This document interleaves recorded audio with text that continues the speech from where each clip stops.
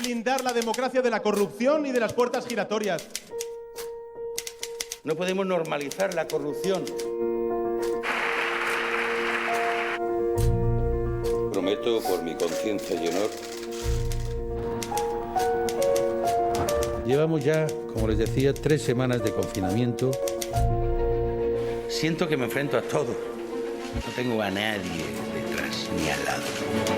Y lo tengo que hacer solo.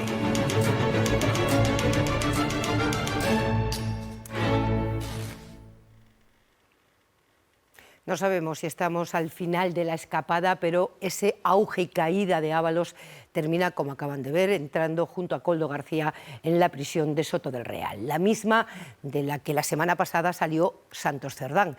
El juez, que hasta ahora consideraba que la retirada del pasaporte era suficiente para tenerlos controlados, cree que con el juicio a la vuelta de la esquina y los más de 20 años de cárcel que les piden a Aitor Lurido, ahora el riesgo de fuga, dice el juez, es extremo.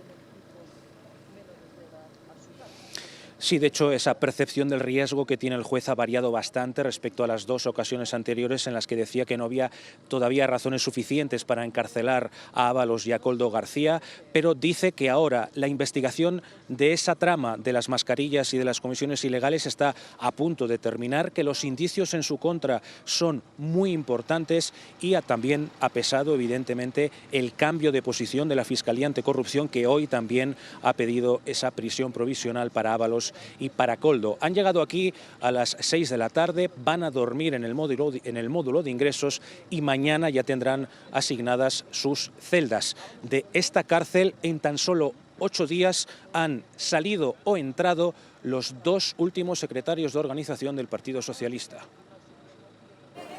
A las 9:15 de la mañana, José Luis Ábalos entraba en el Supremo. Y 7 horas después, el juez ordena su ingreso en prisión.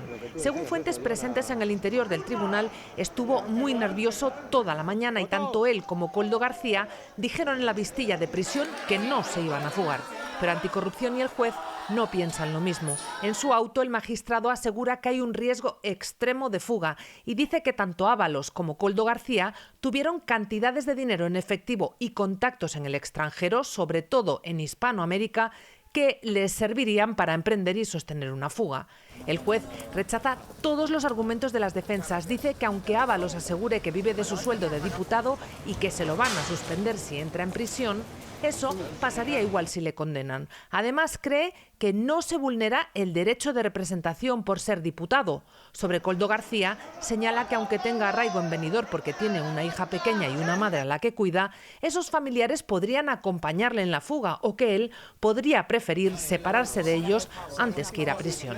Esta es la primera pieza del caso Koldo que puede llegar a juicio. Se investiga el presunto cobro de comisiones por contratos de compra de mascarillas durante la pandemia.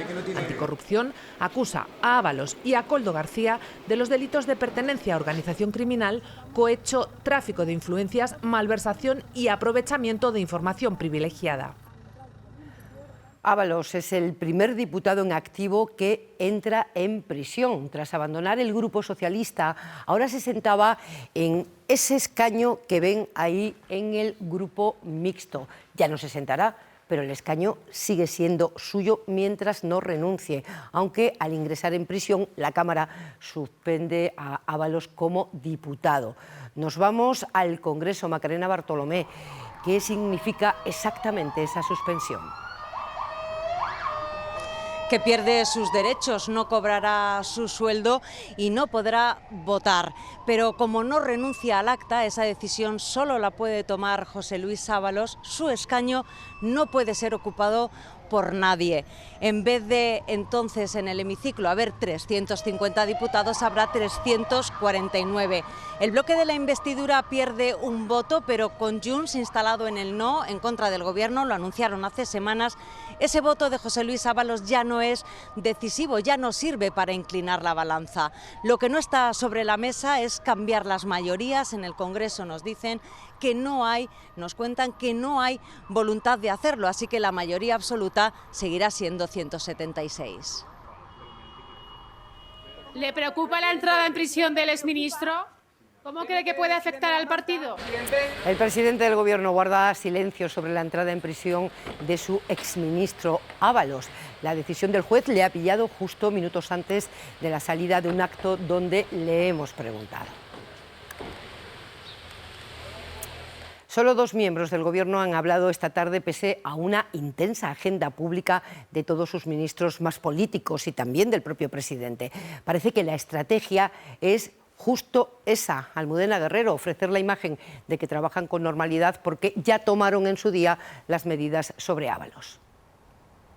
Insisten en que ellos actuaron con contundencia y que ahora le corresponde a los tribunales actuar, que es el tiempo de la justicia. Voces socialistas dicen que fue peor para ellos la entrada en prisión de Santos Cerdán, pero hace tan solo unos minutos en Radio Nacional la ministra Diana Morán reconoce que la imagen de hoy no les gusta, aunque ha añadido que esa gente ya no representa al Partido Socialista y acusan al Partido Popular de sobreactuar, de dañar, dicen, a las instituciones. Ábalos durante mucho tiempo fue la persona de máxima confianza del presidente, su mano derecha. Fuentes de su entorno dicen que Sánchez está tranquilo, centrado en gobernar, en seguir gobernando, aprobando medidas de acuerdo, y como muestra, Moncloa ha improvisado este mediodía su presencia en la firma del acuerdo con los empleados públicos. Quien sí ha comparecido expresamente es el líder popular, Núñez Feijóo, para acusar sin pruebas a Sánchez de ser la manzana podrida original. Ha vuelto a descartar la moción de censura y, como respuesta, Irene Francés convoca una concentración este próximo domingo muy cerca de Ferraz, donde está la sede central del PSOE.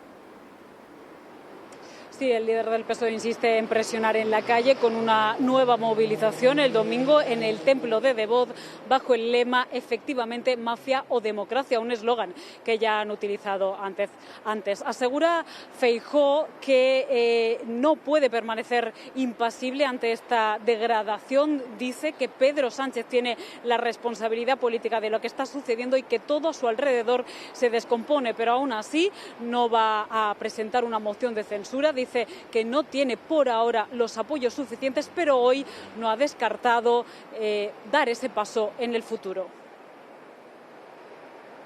Lo que ha ocurrido hoy no es un hecho aislado, no es mala suerte, no es una conspiración del Poder Judicial. El señor Sánchez no es un hombre rodeado de manzanas podridas. Me temo que ha sido al revés. La manzana podrida es él. Y ha podrido todo y a todos los que le rodean. ¿Descarta por completo presentar una moción de censura en lo que reste de legislatura? Creo que he acertado y espero seguir acertando en el futuro. Y cuando tenga que decir algo, no se preocupe, que se lo diré.